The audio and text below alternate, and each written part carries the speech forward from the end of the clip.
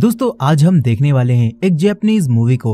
ये कहानी है कुछ ऐसे स्टूडेंट्स की जिन्हें एक दिन अचानक से एक आइलैंड पर लाया जाता है जहां पर इन्हें डेथ गेम खेलना होगा और इस गेम में सिर्फ वही सरवाइव कर पाएगा जो बिल्कुल सनकी और साइको होगा।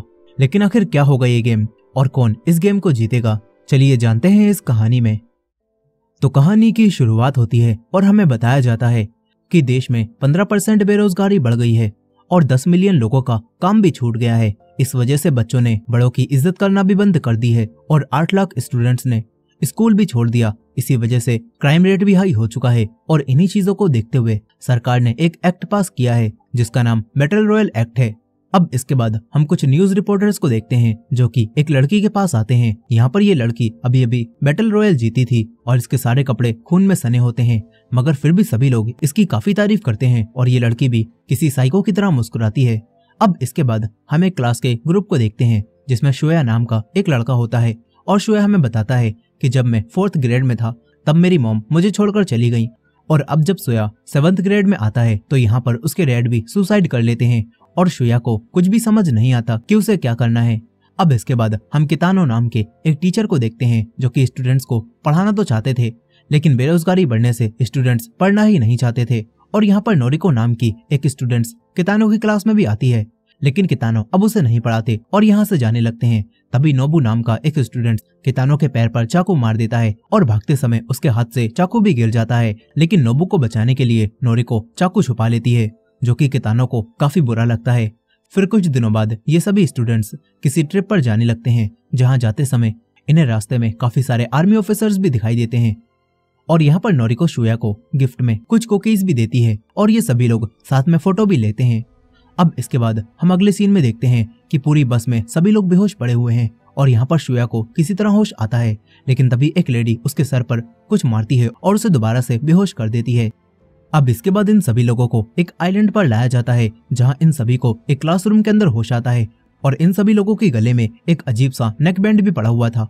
यहाँ शोया अपने साथियों को भी होश में लाता है और किसी को भी कुछ समझ नहीं आता कि यहाँ ये लोग आखिर कैसे आए। साथी ने यहाँ पर काफी सारे सोल्जर्स के हेलीकॉप्टर भी आते हुए दिखाई देते हैं और अब कितानो सोल्जर्स के साथ इन सभी लोगों के पास आता है और उसे देखकर सभी लोग हैरान रह जाते हैं। कितानो इन्हें बैठने के लिए बोलता है और ये सभी लोग चुपचाप बैठ जाते हैं। फिर कितानो इन सभी को क्लास में ऐड हुए 2 नए स्टूडेंट्स को भी दिखाता है जिनका नाम कवाडा और काजुओ था। कितानो नोबू के पास भी आता है और उससे भी कहता है कि तुमने मुझे काफी हर्ट किया और तुम्हें तो इसके लिए स्कूल जाना भी बंद कर देना चाहिए था। यहाँ नोबू कितानो को चढ़ाने लगता है, तभी कितानो उसे पीट देता है और फिर वो सभी लोगों से कहता है कि तुम लोगों को बड़ों की रिस्पेक्ट करना नहीं आती, इसीलिए सरकार ने एक लॉ को पास किया है जिसका नाम बैटल रॉयल है और इसके अंदर तुम्हें एक दूसरे से लड़कर एक दूसरे को मारना होगा, लेकिन रूल्स को फॉलो करते हुए। यहाँ किसी को भी कितानो की बात पर यकीन नहीं होता। तभी कितानो इन्हें इनके टीचर की डेड बॉडी दिखाता है जिसे कि उसने मार दिया था और ये देखकर सभी स्टूडेंट्स शॉक रह जाते हैं।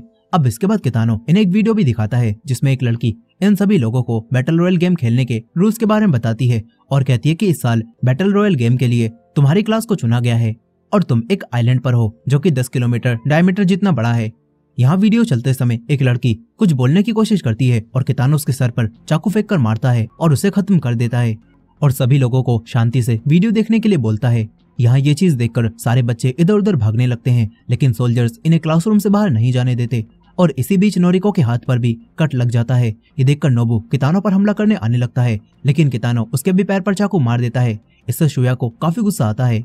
अब इसके बाद रूल्स वाली वीडियो दोबारा से शुरू होती है और इन्हें पता चलता है कि हर रोज सुबह 6 बजे और 12 बजे कितानो अनाउंसमेंट करके नीचे बताएगा कि कितने लोग जिंदा बचे हैं और कितने लोग मारे गए और हर रोज इन्हें अलग अलग डेंजर जोन के बारे में भी बताया जाएगा। यहाँ पर इन सभी लोगों को आइलैंड पर 3 दिनों तक ये गेम खेलना होगा और अपने साथियों को ही मारना होगा और जो भी लास्ट तक जिंदा बचेगा वही इस बैटल रॉयल गेम का विनर बनेगा। लेकिन इस गेम का विनर सिर्फ एक ही बन सकता है, इसीलिए अगर टाइम लिमिट खत्म होने के बाद 1 से ज्यादा लोग जिंदा होंगे तो उन सभी को मार दिया जाएगा। साथ ही ने पता चलता है कि इन लोगों के गले में जो नेक बैंड पड़ा है उससे गवर्नमेंट और कितानो को सभी स्टूडेंट्स की लोकेशन का पता चलता रहेगा और इसके अंदर एक बॉम्ब भी मौजूद है और अगर किसी ने इसे जबरदस्ती उतारने की कोशिश की तो वो बॉम्ब एक्टिवेट कर दिया जाएगा और वो स्टूडेंट मारा जाएगा।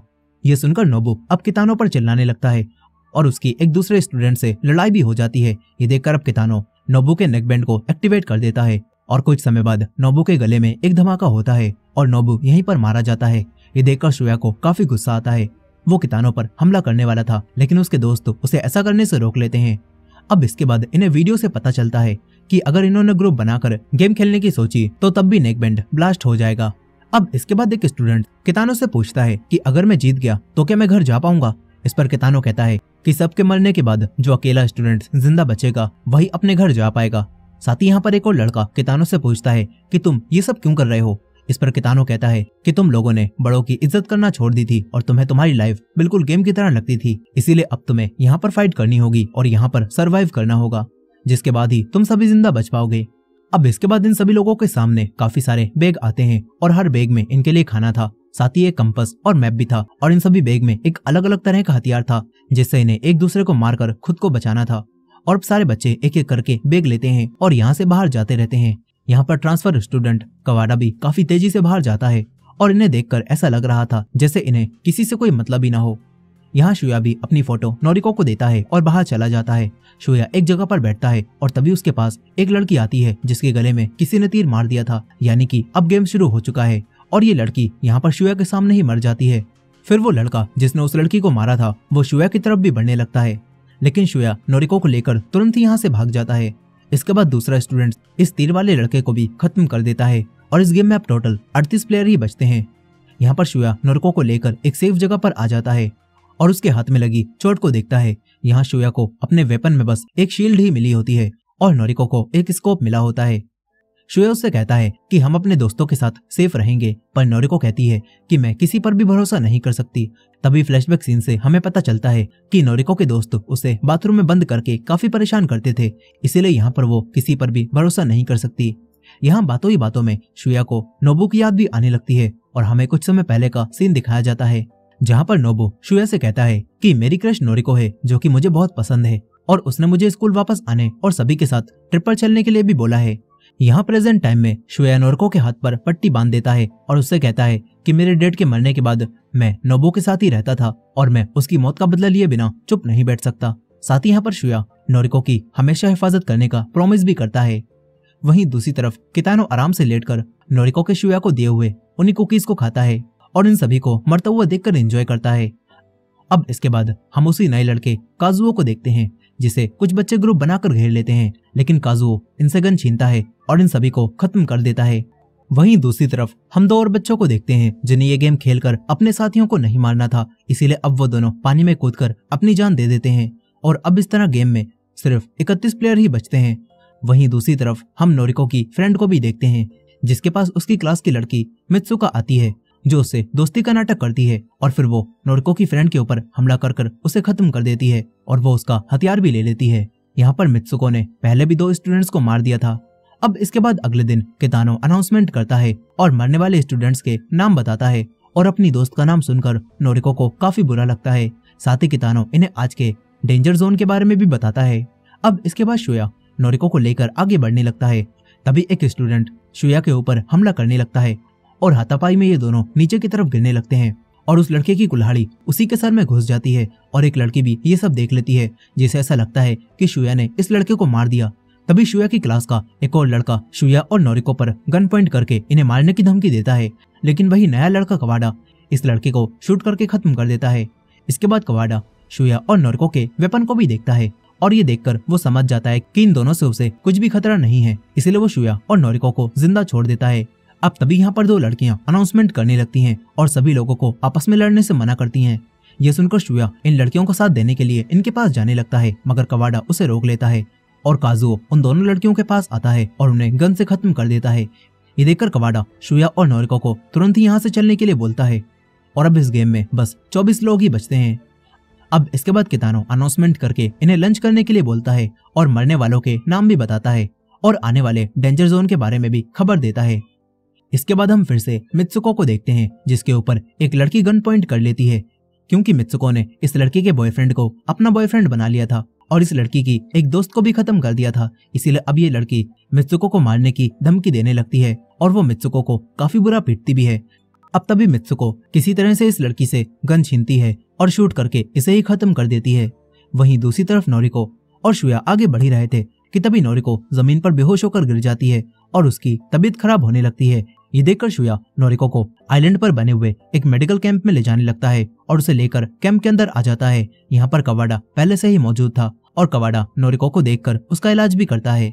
इसके बाद हम कुछ लड़कों के एक ग्रुप को देखते हैं जो कि जनरेटर की मदद से अपना कंप्यूटर चालू करते हैं और इन सभी लड़कों में एक लड़का हैकर था। वो अपने दोस्तों को लिखकर बताता है कि हमारे गले में पड़े हुए नेकबैंड के अंदर एक माइक लगा हुआ है, इसीलिए हम लोग आपस में बात नहीं करेंगे, लेकिन इस नेकबैंड को मैं हैक कर सकता हूँ। और साथ ही यह हैकर लड़का कितानों के सभी सीसीटीवी और सिस्टम को भी हैक करने के बारे में सोचता है और वो एक बॉम्ब बनाने के लिए अपने दोस्तों को कुछ सामान लाने के लिए कहता है।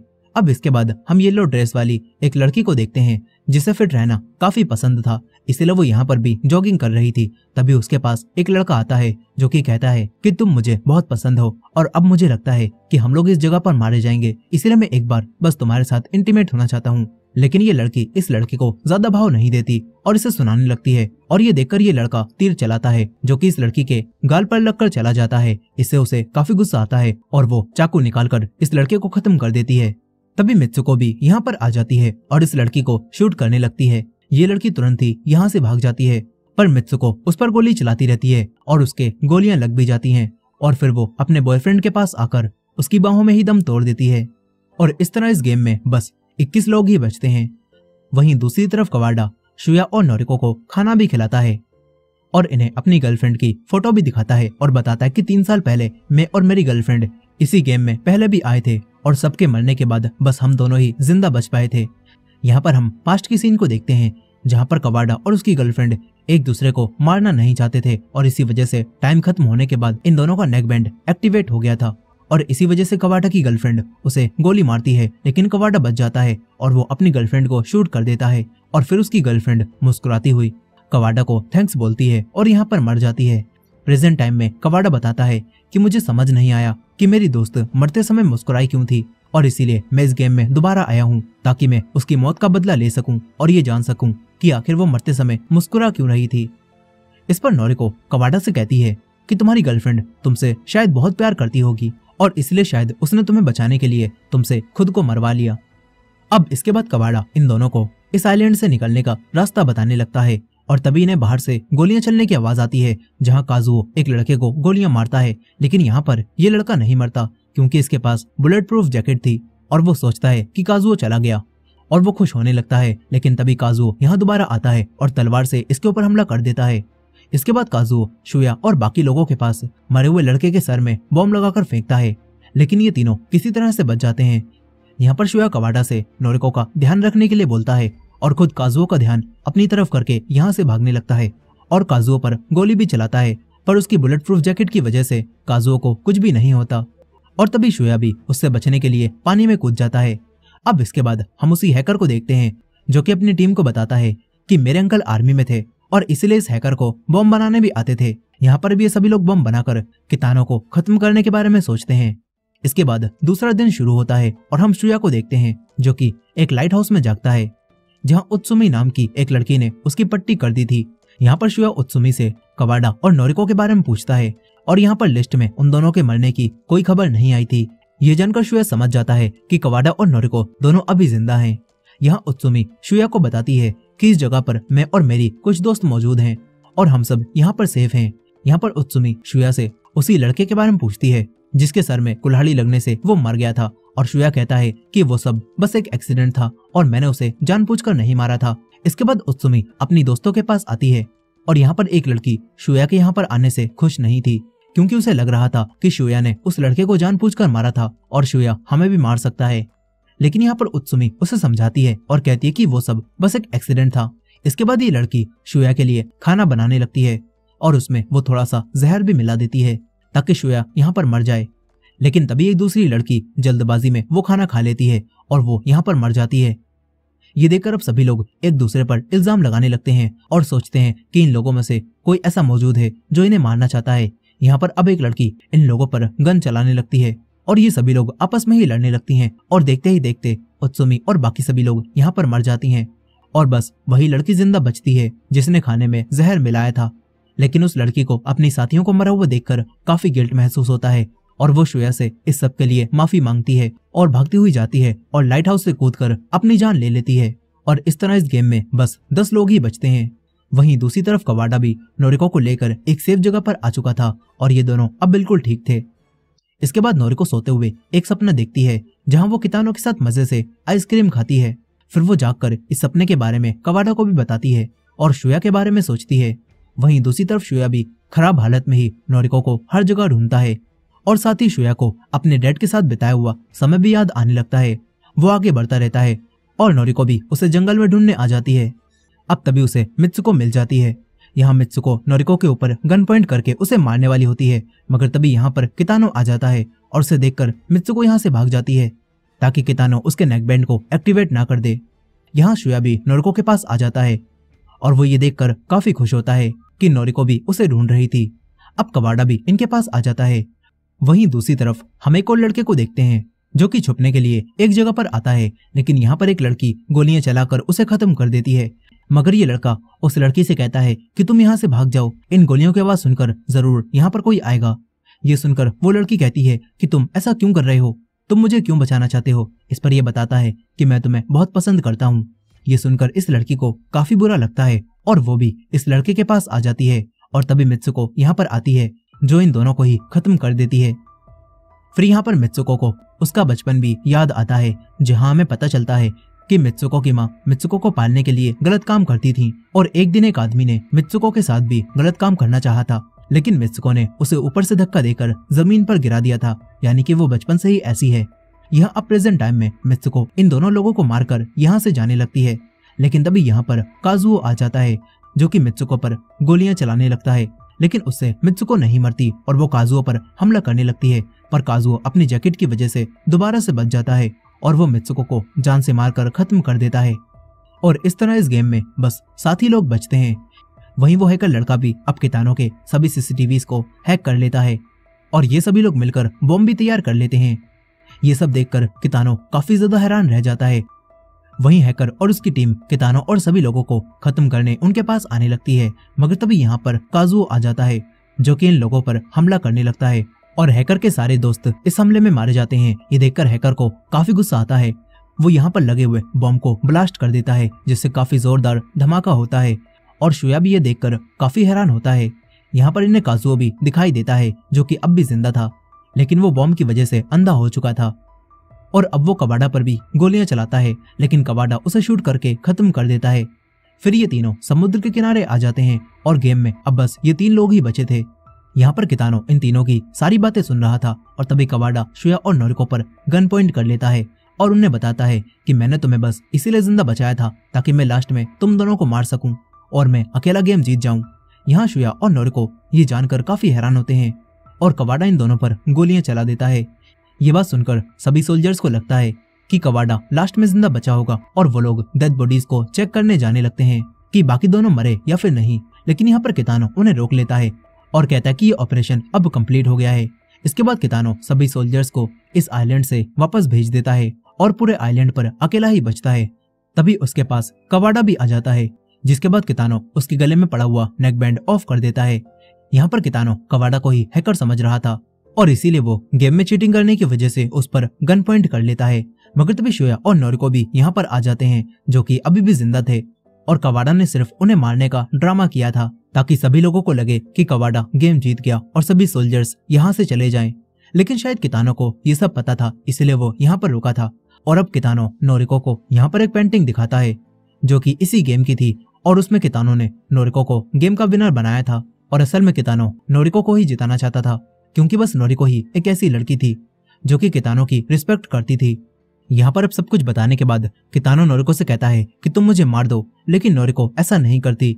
तभी कितानो नोरिको को शूट करने वाला होता है, लेकिन तभी शुया गन से उसे शूट कर देता है और तभी कितानो भी अपनी गन चलाता है जो कि असली गन नहीं होती।